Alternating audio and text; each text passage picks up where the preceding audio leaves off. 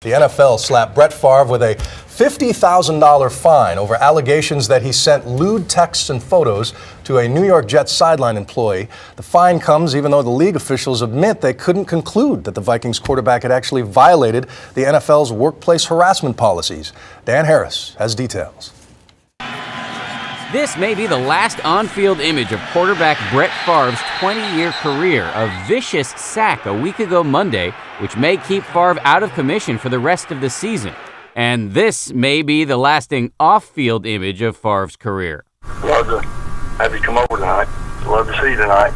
Voicemails and lewd pictures allegedly sent to Jen Sturger, who was a game day reporter for the New York Jets when Favre played there in 2008. The pictures and voicemails were obtained by the sports blog Deadspin.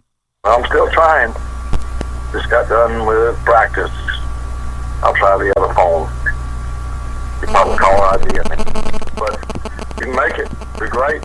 The commissioner of the NFL said in a statement that the forensic analysis could not establish that Favre sent the objectionable photographs, but that he's fining Favre $50,000 for failure to cooperate with the investigation. $50,000 to Brett Favre is almost like a nickel to the public at large. Jen Sturger's attorney said in a statement that the decision clearly shows that despite tough talk, the NFL remains the good old boys league.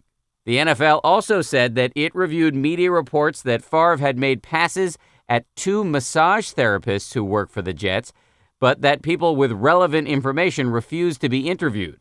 As for Favre, he is not commenting on the scandal, but his coach did have this to say. In the building, he's been the Brett Favre, we've always known. Meanwhile, the 41-year-old QB is now awaiting word on whether he is healthy enough to play this Sunday in the final game of the season and, quite possibly, his career.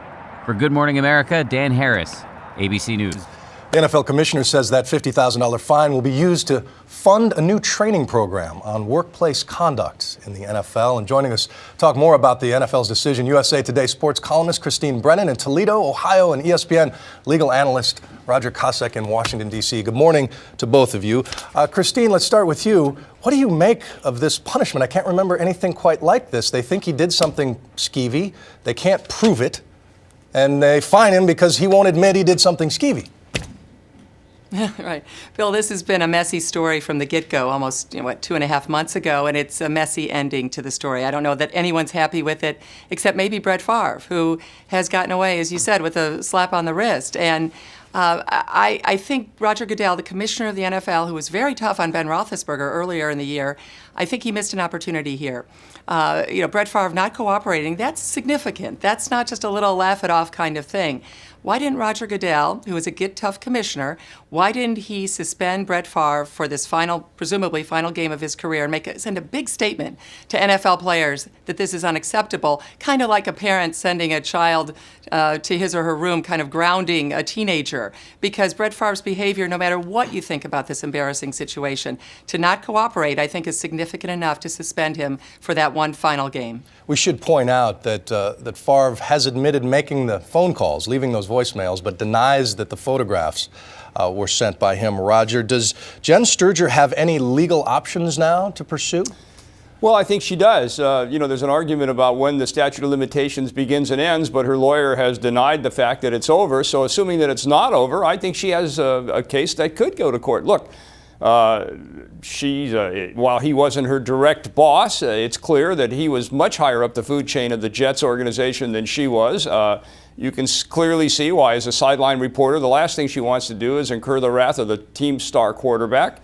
And he acts in an inappropriate way. I think that if she can, she clearly has the facts to file a lawsuit and to get to a jury. Now, how a jury is going to feel about her damages and feel about her, that's obviously an entirely different question. To answer your question, I think she absolutely does have the right. No one should be treated like allegedly under the pressure that she was allegedly and claims that she was treated. No person should be. But what about the timing? This happened in 2008. It took her 2 years to come forward with these allegations. Does that hurt her? Well, I don't think it helps her. She has a reason for it. She said she was, and it's a reason that you hear in these kinds of cases often. People who are victims of this are concerned about their role in the workplace. Right. It's kind of a tough situation, as I pointed out, to take on the quarterback of the team. She was worried, I'm sure, about her career, and perhaps things have changed now. I mean, but look, no matter what, she did wait 2 years. There does have to be an explanation for that, and she will have one or not. And Christine, what about the Jets? There was also the story we remember of another reporter complaining she felt uncomfortable in the locker room. What is the state of workplace propriety is in the NFL at large and specifically at the Jets? The state is not good, Bill, and it's not getting better with this kind of slap-on-the-wrist punishment. The Jets are looking like a three-ring circus, frankly, with the Inez Sainz situation, workplace harassment of a reporter doing her job in September. This, of course, was 2 years ago, but it's the same team, the New York Jets. There's a common denominator here. The Jets have been in the news for other reasons as well. But the NFL has a significant part of its fan base as women, 40% or so. Obviously, the issue of workplace harassment, as Roger was talking about, is a big, serious issue. And I think Roger Goodell, if the next one happens, I hope it doesn't, but I'm guessing there will be another incident like this somewhere along the line with the NFL and the behavior of these players. Roger Goodell and the NFL has to be much more serious on this because this is it's a practice field, Bill. It's a football team, but it is a workplace for many professional people, men and women, and they have to be treated right. And Roger, do you think that agents are looking at this case thinking, boy, if my client gets in trouble in the future, the play is just not to cooperate. The worst we can get is a fine.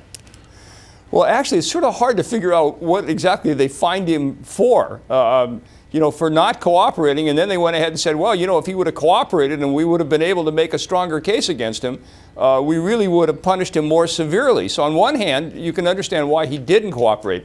But as Christine points out, look, in any other corporate or business workplace, if someone would have been investigated for sexual harassment and refused to cooperate, they'd be fired. Mm-hmm. So, in this situation, a fine of $50,000 to someone who's making $50,000 a year, this fine is the equivalent to about $1.20.